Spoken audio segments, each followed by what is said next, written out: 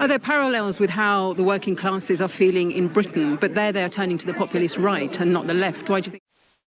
Now let's get to this clinic. Many people are saying this is one of my best media appearances. So this happened right after Channel 4 saw that I was at the Abdul rally, and immediately they locked in because they're like, this guy is you know, he got banned from the UK. This is a great opportunity to get a fucking quick interview. I kept saying no, and they just kept bothering me. So I was like, all right, fuck it. Why not? Can we just ask you about the Home Office revoking your visa? We're from Channel 4 News in England.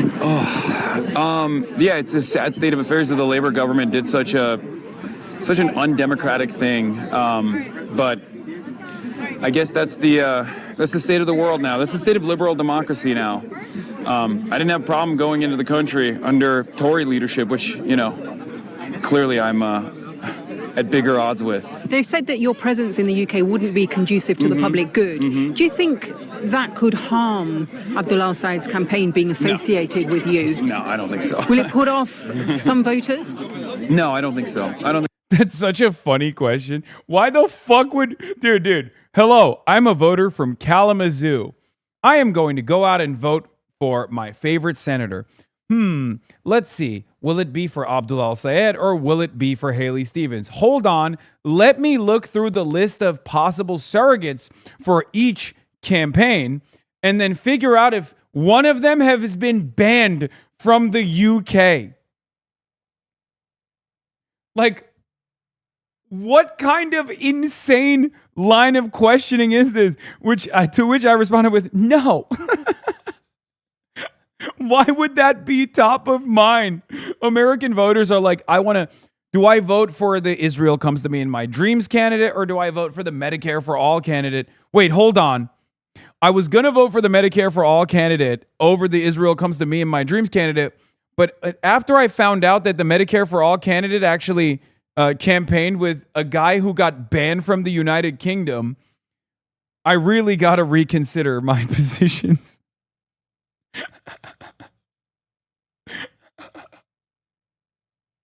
Yeah, you lost Abdul, the British geezer voter base. Yeah, guy who's like, day in the life of a Brexit geezer. Wake up in the morning, have a jelly deal, have a go, look at my two favorite Senate candidacies in the Democratic Party. Hopefully neither of them have campaigned with someone who's been banned from the homeland. Yeah, fucking hell, he has. I was going to vote for this bloke who likes Medicare for All, and now I'm reconsidering. I think so. The overwhelming majority of the Western world, I think, recognizes that what Israel is doing is a genocide. I think the media is now playing catch-up at this point, but for the most part, the people are pretty united on this issue. And no matter how hard governments move in the direction of repression, you can't really hide from the truth, and you can't really hide from the shame either. So, you know, it's a setback, it's a hurdle, it's a real shame as well, especially considering that, I mean, I personally thought the UK was a bastion of liberal democracy, that these values like freedom of expression were values that especially the Labour government would be committed to. Hopefully there will be some attitude shifts happening with Burnham. The government says it is committed to those values, but it says that your presence, you threaten those values. You're not conducive to the public good because of some of your rhetoric. Yeah, of course the government is going to say that. They're not going to be like, yeah, we hate free speech now, but were they really committed to it with the pensioners that they arrested for the Palestine action protests that were taking place? I don't think so. I think that was a significant mode of repression from a government that recognizes that they are out of step with the needs of their voters, with the needs of the masses that recognize that Israel is committing a genocide, and the masses that demand a change from their government. That is the fundamental of liberal democracy, something that I believe in, something that I'm fighting for here in the United States of America, as the Trump administration is putting democracy in the crosshairs. And it is a real shame. By the way, that was deliberate. I brought it back to Trump because everybody in the UK hates Trump, except for like some of the most like some of the sweatiest fucking losers, with the exception of like Nigel Farage. Everybody in the UK hates Trump, right? So I'm saying like the Labour government is behaving like Trump. That's on purpose. Okay? I hit that line to be like, look, I'm fighting against Trump out here. I'm fighting against Trump's like anti-liberal, illiberal attitudes, and you're over there like, repeating it. It's completely unacceptable. See that exact same mechanism of repression get repeated in a country like the United Kingdom. It's something the country will deny, obviously, the United Kingdom's government. Of course it's going to deny it. Will you apply? Will you apply to go again now that Andy Burnham is in charge? I said that didn't get picked up that well in the mic, but I was like, of course they're going to deny it. They're not going to say they're fascist. They're not going to be like, yeah, we're doing it for fascism, yeah? Fucking hell. We having baked beans. Yes, of course. And there's, we're in works. There were a bunch of different conferences that I was supposed to take part in that I had to take part in digitally. Now, in the age of the internet, it is also additionally silly to try to restrict movement in this regard. But I think it was more so a message. It was a message to everybody else that to think twice before they speak out against Israel and against the UK's relationship with Israel, against the United States' relationship with Israel. It's very frustrating, and it also has an additional compounding effect in terms of growing anti-Semitism. Not only is this false association of Zionism and Judaism very harmful for Jews living in the Western world, and it's something that I actually ironically warned about the last time I was in the UK when I spoke at the Oxford Union, which is what I was supposed to do this time as well before I got banned. It's also very harmful for democracy in general. We should not feel comfortable about our governments taking action like this. And what about some British Jews who say they feel uncomfortable that some of the criticism of Israel does tip over into anti-Semitism? Some British Jews say that makes them feel very unsafe. Yeah, no, I totally understand that. Totally understand that. It's something that I oppose. Anti-Semitism is something that I fought back against. It is the canary in the coal mine of fascism. It's completely unacceptable. I'm an anti-fascist.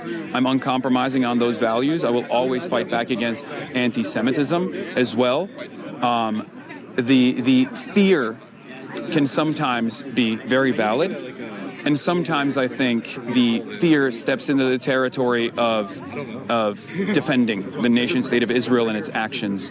I think people are people, countries are countries. I criticize Saudi Arabia vehemently. You're not suggesting the fear isn't real for people who feel the fear? Of course not. Of course not. And I do think that there is a legitimate reason for it as well. I think it's not a secret that anti-Semitism has historically exploded in times of Israel's sieges in Gaza. And this time being the most consequential one, the most violent one, has also led to an increase in anti-Semitism. We believe that is partially born out of this false association between Judaism and Zionism, a false association between the nation state of Israel and Jews living in the Western world, Jews all around the world. We oppose that, and we will continue fighting back against that, no matter what people say. Are some in the Democratic Party, in the establishment, out of touch with how many younger voters especially are feeling about issues like Israel and what's going on in Gaza? Absolutely. I mean, it's not a secret. I think this race, as well as many other races that I've played somewhat of a role in, I had the honor to work alongside some of these wonderful candidates. This insurgent movement that's growing in this country has proven time and time again that... You give way too much grace to these bad faith genocide propagandists. Dude, here's why. They don't deserve my grace. They don't deserve my charity, but it doesn't fucking matter because I'm not revealing a perspective that is unique to me here. I'm not conceding on anything. These are things that I believe. So who gives a shit? It doesn't matter. Okay? I'm just, once again, as always, repeating my framework for those who are hearing from me for the first time ever. Okay? That's it. And I'm also matching their energy. It's not like the reporter is just like being that silly. If they were to be like, well, don't you feel like you're fomenting anti-Semitism, stuff like that? It's just, it's situational. If it was like a super reactionary reporter and they were like aggressively coming after me, then yeah, I would flip it back on them. It's not just about Israel, but a litany of different issues as well. It's about corporatism. For some, it's about capitalism.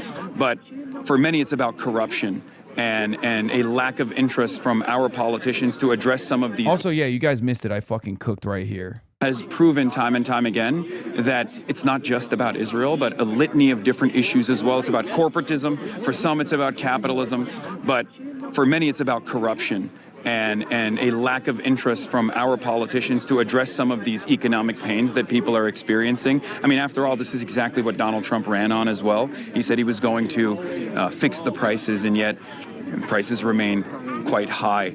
There's a real affordability crisis in this country. He said he was going to run on a peace ticket, that he was going to be the peace president, and yet he has started countless wars and only continues to leave the world in a state of disarray.